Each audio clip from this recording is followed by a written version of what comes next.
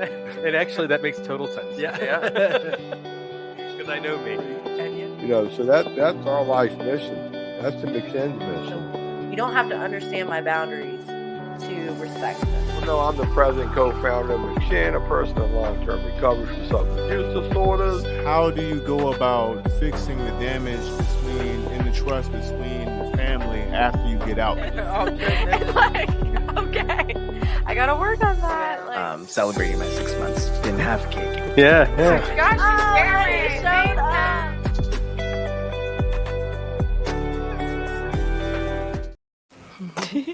Hello, everyone. Welcome to the Get in the Herd podcast. We are your hosts, Layla and Salma. She's going to be sticking around now. So what's up, girl? I never see you anymore. You never see me anymore. Yeah. I'm with you like every day. Yeah, we actually live together. I Go drive everywhere her to together. Yeah. Is it becoming a problem? No, I mean, except, we don't get along sometimes. Yeah. Yeah, so we got in a little debacle last night. Got into a fight last night. You want to share your point of view? Okay, it was all because we went to a celebration and A very important celebration. Dear friend of ours. And I was there the whole time, but I left like at the last 5 minutes of it. 20 minutes. It was 5 minutes. It was 20. Okay. Because I had to, it was important. It's not like I wanted to just ditch the meeting. So why'd you leave? Because I like to think I could save everybody. Uh-huh. And get people to stay. And that's my problem. And that's what I was trying to do. Yes, Salma likes to save everybody but herself. That's true. But you left me, so. I did. I drove home without Salma, and she was really mad at me. I was. And I was like, can you come get me? And she said, no, I can't. Yeah, that did happen. But you got a ride, and I knew you would. I did. It's only a couple minutes down the road. But, yeah. Well, otherwise, did you have a good day yesterday? Wait, you did leave her? I did. She did. I really did leave her. Well, because she also has me waiting around thinking I'm going to... 5 minutes. It was not 5 minutes. This wasn't the first. She told me to go upstairs. I went upstairs. She wasn't there. When I come downstairs, she's already I didn't tell you to home. go anywhere. I said I'm leaving. Bet you won't make her wait again. No. This is not the first time, guys. That you've done this. But it's okay. It's okay. It's all good. I still love you, Layla. I love you too. But you had a kind of hard day yesterday, right? I did. Yesterday was somebody's birthday. Whose birthday? It was Dylan's birthday, guys. And And he would have been how old? he would have been 27 yesterday. Well, 27 now. But, he isn't here. So it was kind of hard because a couple months ago we were talking about what we were going to do for his birthday. And it just felt like yesterday I just celebrated his birthday without him being there. Yeah. I feel like I did a pretty good job at distracting you. We had fun. We went... Got coffee. I got a job. We got coffee. We went to Layla Goodwill. cannot park. I cannot parallel park. Well, actually, I did it. I did a pretty good job. You did pretty good. But now your rims are all messed up. Yes. No, my parents are going to see this. Ooh, I'm sorry. Oh, and Salma, my mom invited Salma to join my family for Thanksgiving. Oh, we also got invited to someone's parents' house for Christmas Eve dinner. Oh, I'm going to be in South Carolina. I bet you are, but I'm just telling you. That's nice, whoever that is. Thank you to them.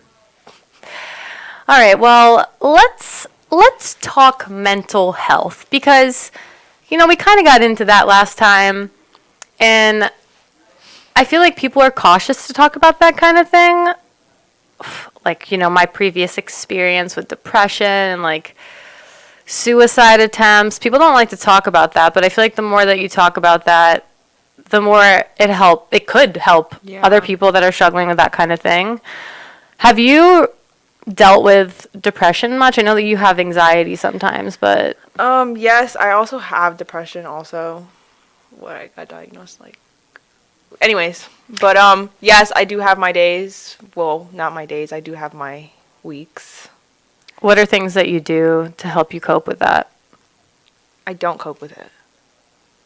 Like, Okay. yeah, I know it's a problem, but yeah, it gets really bad sometimes. I feel like you're a feeling stuffer like me, I am. I don't talk about. which is really bad. I'm open. I open up to people, but I just tell them what I want them to know. I don't tell them how I really feel. And you're always smiling. Yeah. But don't let that fool you. Well, I think it's really important to find some healthy coping skills to keep in your Yeah. tool belt. I mean, obviously, I've struggled quite a bit with depression and anxiety. My anxiety has been really bad recently. right? I don't even know why. Like, just like going to meetings, like knowing that there's going to be a bunch of people there. And I know that I'm always comfortable once I get there and like it's like my safe place. But for some reason, like getting to meetings has been the hardest part because I'm just like so anxious. You just have to get used to big crowds. Yeah. I mean, I guess when I was in big crowds before, I was drunk. So like learning how to socialize sober is very interesting. I mean, I still get nervous going Yeah. to meetings. I think I'm getting better at it. You are. Yeah. And let me tell you, none of these issues that I have are nearly as bad as they were when I was in active addiction. Really? Oh, of course. Yeah, I mean, I was low and I was just feeding it with things I shouldn't have been. I feel like I was more outgoing in my active addiction than I am now. Same. I was just more talkative and Wait, I can't even imagine you more outgoing. I would literally talk to anybody. We have someone come to like deliver a microwave yesterday. And Selma like runs out of my room and she's like, "Hi. How are you? You don't talk much." Blah, blah. I just like am listening to your conversation. Yes, because I don't know, I'm just really nice. Yeah, you are. That's good. That is something I struggle with. Yeah, you do. I'm just kidding. I think a lot of people think that I'm unkind when they first see me or meet me because I'm just so anxious all the time that I have like an RBF. Literally, like that's. But I think I'm a very kind person. When I first met you, like when I first walked into that house, honestly, I thought you were gonna be cocky. Why though? I don't know. You just have that look on your face, and I was like, I don't think me and her are gonna get along. I need to work on my face. It's because you just don't know anyone, and nobody really knows you. I know everyone now. Yeah, now you do. No, I think until I like really get to know somebody or if I just feel comfortable, I really feed off of energy. It's hard for me to put myself in uncomfortable situations where I don't know a ton of people. I feel like I am very introverted in certain situations. But the more that I get comfortable with people, the more talkative and friendly I am friendly. You are. You're really nice. I try to push myself to share at meetings as well, which is like, honestly, a couple months ago, I could have never imagined sharing. And now I'm like sometimes finding myself like really wanting to. But I remember the first time I shared in a meeting, I was like so proud of myself. I was like, this is my first time sharing. I sometimes I just want to share, but I just get so nervous that I feel like all my thoughts just disappear. Yeah, and I'm like, what was I going to say? And then I end up rambling. Yeah, and then I'm just like, okay, let me just be quiet now. But when I have something I really like need to share, it feels so good after. Yeah. I used to share whenever we were at where were we at? I don't know. Chesterfield. And we used to go to the meetings out there. Mhm. I could share because it was such a small group of people. Yeah. But now it's like a bigger group. I don't know. I just can't share. Even though I really feel like I need to. Yeah.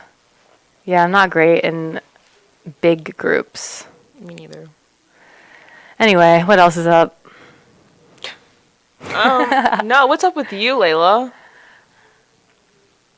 Nothing. Really? No, I so mean, tell us about that job you got. Okay, we're not going to do that. Yeah, I have a couple different options. I'm not going to jinx myself. I am on the hunt for a job, which also makes me anxious. Have some interviews.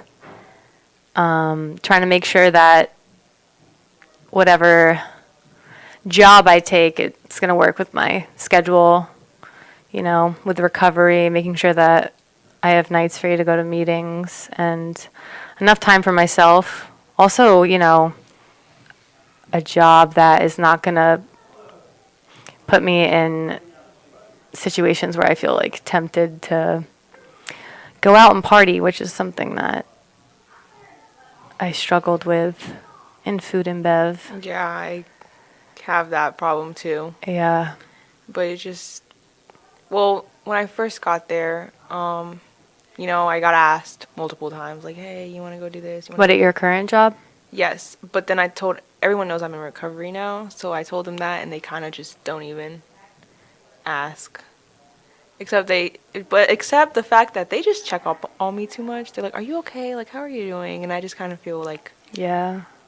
I don't want anyone to feel sorry for me. Like, it's not something I'm like, I feel bad about. Like, I'm proud I'm in recovery. I'm proud. Do you feel left out, though, that they don't include you? Yes, I do sometimes because, But do you think you'd be tempted if you were to go out at this point in your recovery?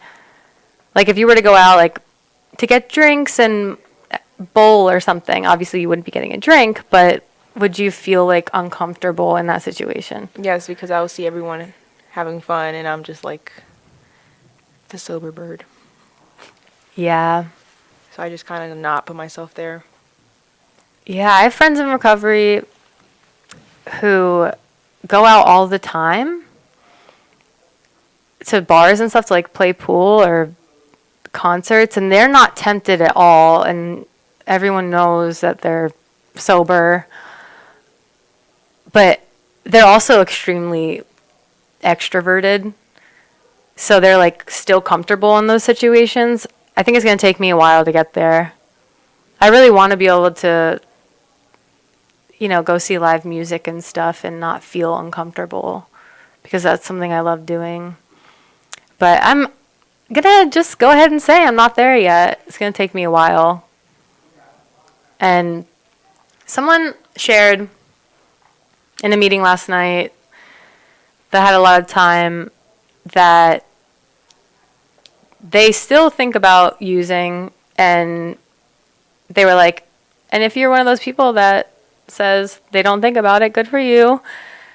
But it's so funny because it's almost like I don't want to admit that I, of course, like, think about it, like, oh, wouldn't it be nice if I could just go to dinner with a group of friends and just, like, have a cocktail or two?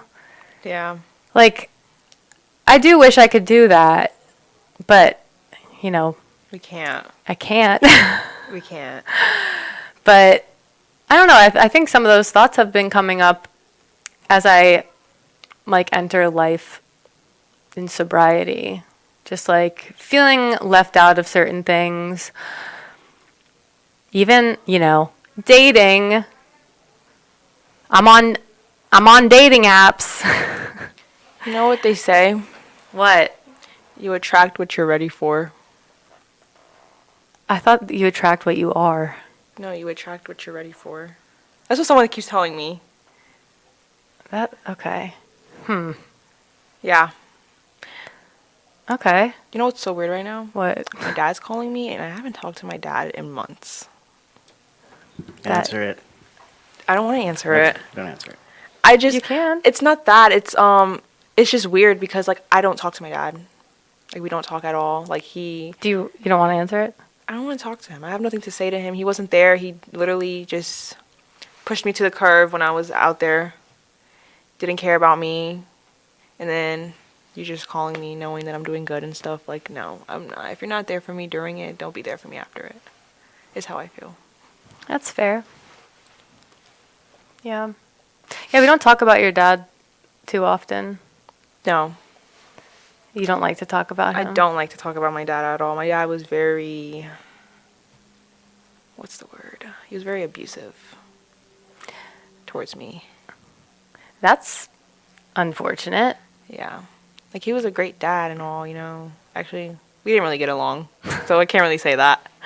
But he was a really great dad to, like, my brother and my sister. But to me, for some reason, it was just different. Like you were the black sheep. Yeah, like, if I ever need anything, don't go ask him. Go ask my mom. Your mom will go do that for you. Don't ask me for anything, you know? Yeah, that must hurt. Yeah, it sucked.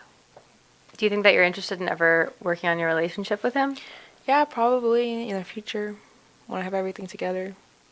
He doesn't believe in me right now. He literally thinks that I'm going to be nothing. Well, I know that's not true. I know that's not true either because I have a lot going for me right now. Yeah, you do. Yeah. Hell yeah. I'm going to college next fall. Hell yeah. I just don't know how to apply for college, but that's my plan. Are you excited for college? I'm nervous. Do you want to do that, or are you just doing it Yeah. because you feel like you have to? I'm doing it because I want to. I've always wanted to go to college. Like, I want to go to college, and then I'm stuck on what I would like to major in. You don't have to know yet. I don't know yet. It's just like my mom wants me to be this, but that's not what my heart's into. You know? Yeah. What is that? My mom wants me to be a nurse. And because she's worked in the hospital for a while and she wants me to be a nurse, and I don't want to do that. I just don't. Then don't do it. It's not something I like to do. I know I'm not. So I have to figure out what I really want to do. You'll figure it out. Right out of high school, I moved to Hollywood and went to acting school. And I did that for a couple of years. And then I waited tables after I moved back to South Carolina. And then I went to Paul Mitchell for hair, cosmetology, and I dropped out like right before I graduated. And now I'm just chilling. I'm looking for happiness, whatever that is. If it's gardening and it makes me happy, or if it's working at McDonald's, I don't want to work at McDonald's, but you get what I'm saying. I think it's really important to remember that it's your life, it's your choice, whatever makes you happy. Doing things just because other people expect you to do them is not a comfortable way to live. No, it's not. Because then I'll just be miserable. Yeah. We don't want that. We've had enough of that. Yeah, we have. We're done suffering. Literally. Yeah. All right. Well, I think we're going to take a quick break. Great. Here at McShin, we believe in the McShin way, which is authentic recovery support service providers, people with lived experience, bringing that experience to those who need that lived experience in recovery. Here at McShin, we believe in many things to support our mission. We believe in women empowerment. What I love most about what we believe here at McShin is we believe in the authenticity of the peer-to-peer approach. Here at the McShin Foundation, we believe in giving people opportunity. Here at McShin, we believe in the inherent worth and dignity of every person. At the McShin Foundation, we believe in helping people reach their full potential. Here at the McShin Foundation, we believe in multiple pathways to recovery. Here at McShin, we believe in placing principles before personalities to help spread hope. Here at McShin, we believe that recovery is possible and that any person seeking recovery can become a more acceptable, responsible, and productive member of society. Here at the McShin Foundation, we believe in self-discovery. Here at McShin, we believe in saving lives and offering second chances. Here at McShin, we believe you can do this. Here at McShin Foundation, we believe that we can only keep what we have by giving away, which is why we continue to help others like us seek and find recovery.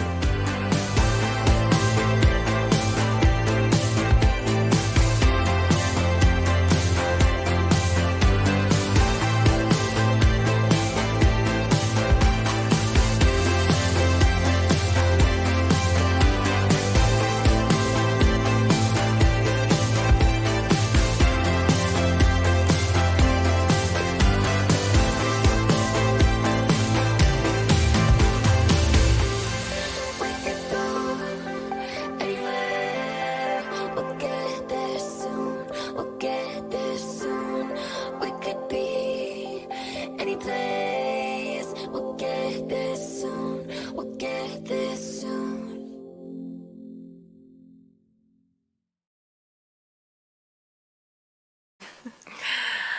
All right.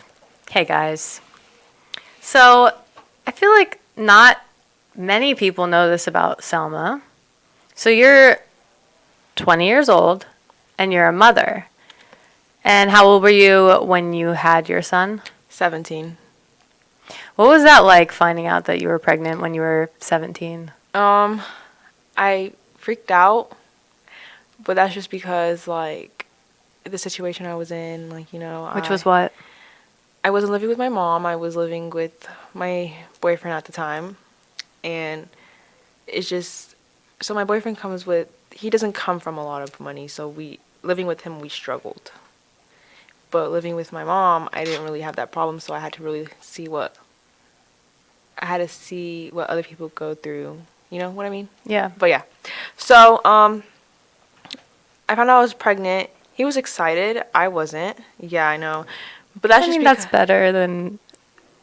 Yeah, but the thing is, so after I had my baby, well, my parents were disappointed in me. But they love my son to death now. But, Did you stay in school for your pregnancy? I actually had dropped out. And then I came back into school when I found out I was pregnant. Because I just don't want that life for my son. I want my son to be able to have more. Yeah. So he's going to grow with me. And, so I had my baby, and the dad just was never around. So it was just me, and then I just, like, was very depressed because I just felt like my life was just over. I felt stuck. Like, I was stressed out. I didn't know how to take care of a baby. I never even held one before until I had my son, and I had to learn everything. I had my parents, thank God, you know, and my grandma. So they were helpful? They were. But it was mainly me, though, you know? Yeah. Because they worked. So, I don't know what happened. Like, everything was going well, and then I just started getting high. Yeah, I was just about to ask when that started. He was that was 2 months after old. he was born. Wow, okay. He was 2 months old, and I was, like, breastfeeding him, and I just stopped doing it because I was getting high. So, how'd that start for you? I don't know, I just wanted to get out the house. I felt stuck. Was there someone that introduced you to that? Yeah, there was. It was this guy that I ended up dating for like a year, but so I was at a party because I needed to get out the house. Went to a party and we were gonna like go get something, but we weren't gonna go get. My addiction didn't start there. My addiction started when we picked up somebody and they offered for me to try something, and I did because I was fucked up and I was drunk. So so then after that we met, hung out, and then we started doing it every day. Did not know what would happen. Just like that. And then it just got me. And where was your baby at this point? He was with my grandma. My grandma was able to take care of him. Did she know what was going on with you? No. She just was like, okay, I'll watch him. Yeah, she thought I was going to work. Oh. Or like I'd be back and I'd be gone the whole day, night. Did you experience guilt while this was happening, or were you... I felt guilty. Like, I felt bad. But you couldn't stop at this point? No. Like, I wanted to be with my kid, but I couldn't leave that person because I needed that person at all times for me to be able to feel good because I didn't have the connections he had because I didn't know anything about it, you know? Yeah. But the more that I was with him, the more I started meeting these people and getting their numbers. But I still stayed because he had the money. I really didn't. Well, I didn't. I was kind of depending on him till he went to jail. Then that's when I didn't really need him anymore because I had everybody that I needed in my phone, and I started going back to work, or my parents would give me money and they didn't know what it was for. And that's when I was taking care of my kid, but it was hard to take care of my kid. You know, I was like, I wake up, I would be sick, and he's like up hungry, and I just can't get out of bed. Yeah. And or like he wants to play, and I just need him to be quiet. because I just need a second. Or I'm about to go get some and he wants to like be with me and I can't because I would never get high in front of him because I'm just not like that. But I'd kick him out the room, go let him be with my brother until I'm okay, you know? And then I'll go and I'll play with him and I'm like, everything's okay. And nobody in your family knew what was going on with you? My brother did, but he didn't say anything because he's not the type of person. So how did your parents find out? So the first time my parents found out was because I was sick. Like, it was my first time ever feeling withdrawals, actually, like, going 24 hours without it. And I was just in my bed, about to cry. And I go downstairs, and I'm like, Mom, you need to take me to the hospital. She's like, what's wrong? And I was like, I told her what I was doing. I should have never told her, but I told her. So No, it's good. But good thing she took me because, like, it was so bad. What was her reaction like? She was like, what? And I was like, yeah. And she was like, oh my God, like, let's go. Like, she didn't understand. She didn't really know what I was talking about. Like, she didn't know I was actually doing drugs. I just told her I did a pill and now I feel sick. So we went to the hospital and then they literally told me I had to go to the, what's it called? Detox? No. They said, because my blood pressure was so low, like it was so low that they said if they don't get it up, they're going to have to take me to, what's it called? I see you. Yeah, that. You said Tuckers. So yeah, that's what they had it but then I don't know what happened. Yeah, I've been to Tucker's. I haven't. Detox, yeah. I was there for 18 days. Oh gosh. I would never go there. All right, continue. But yeah, that's what happened. So now that I'm in this situation and my kid's like 2 hours away and he's with his dad, it sucks because I want to be with him and I feel like I'm ready to take care of him, but I know I'm not because I have so much I need to work on myself to be able to be a mother to him. Like, I fixed one problem, you know? But what if I'm with my kid and the whole situation just comes right back down? No, I think that's really smart. I think that, you know how I always tell you, I see so much in Selma. You're so smart. You're doing the right thing most of the time. You have a lot to offer the world, and you have so much potential, and like, you're doing an incredible job, and you're getting to the point where, you know, you're taking care of Selma, so your son can have the mother that he deserves, you know, and you guys will have that relationship. And I think it's great that you're taking care of yourself first, and you know that you're not ready, and you know that he's safe. You'll get there. I will. And at first I wanted to give my mom, what's it called, emergency custody, just to have him for a little bit, because we already talked about it, and she said she would give him back to me. And so your son is with his father, right? Yes, and I don't know if he's doing okay, because I don't really talk to my son because I don't talk to the father of him, and he never wants to show me my kid whenever I call. He always wants me to ask me dumb questions. And so he says he's doing good, but last time I went to go see him was about 3 months ago, and he got skinny. The baby daddy or? No, my son. Your son? Yeah. And like we got him food and he just crushed it. And so I really don't know what's going on, but I just go on base what they tell me. Does that worry you? Yes, it does, because my son was a little chubby baby. So what are your plans? What do you want once you get to the place that you need to be? First thing I'm going to do is grab my son and just start from there. I will put him in daycare and stuff, and but before I get him, I'm going to save money up to the side so that if anything was to happen, like if I was to lose my job or anything like that, I'd have some money and I wouldn't. Some safety. Yeah. Is that something you're looking forward to? Yes, I am. I bet you miss him a lot. I do. And he misses me a lot. I bet he does. Like, I don't know. I miss my son. He's got to be 3. Wow. Yeah. In a couple months. And I need to be there. 'Cause I wasn't there when he was 2. That's crazy. Yeah. Salma having a 3-year-old. Well, looks like we're hitting around 30 minutes. Is there anything else that you want to touch base on before we sign off? No. All right, awesome. Well, thank you everyone for listening. It's going to be me and Salma from now on Wednesdays. Yes. Have an awesome day. Bye.